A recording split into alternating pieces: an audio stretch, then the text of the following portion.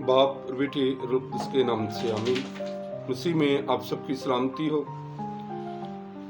आज साल के दौरान 17वें हफ्ते के जुम्मे की तिलावतों पर हम ध्यान और ज्ञान करते हैं। आज की पहली तिलावत यिर्मयाह नबी और उसके 26वें बाब में से ली गई है। यिर्मयाह नबी एक तारीखी और जगराफाई वाकया की रोशनी में नबूवत करता है जो 609 कबल अज़ मसीह में जाहिर हुआ।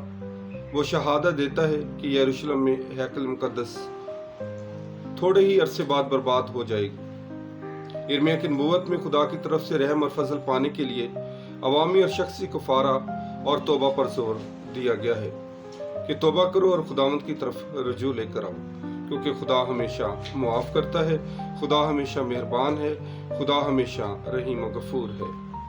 आज की अंजील मुकद्दस मत्ती की अंजील और उसके 13वें बाब में से ली गई है। मुकद्दस मत्ती यीशु के बारे में यहूदियों की महदूद सोच को बयान करते हैं। वो यीशु के खानदानी हालात और पास मंजर को जानते हुए उसकी हकारत करते हैं, क्योंकि वो यही कहते हैं कि ये वही है जिसकी बहनें हमारे घरों में हैं और इनकी यही कम एतकादी बादशाही के निशानात के ज़हूर की राह में रुकावट है। कलाम मुकद्दस की तरफ से दावत है कि रोज बरोज अपनी जिंदगी में कफारा और तौबा करके खुदा की कुर्बत में बढ़ते चले जाएं। इसलिए खुदा ने हमें ईमान का तोहफा अता किया है।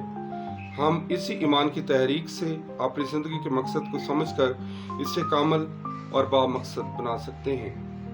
खुदा से दुआ करते हैं कि खुदा हमें ईमान की कामल मजबूती अता करे।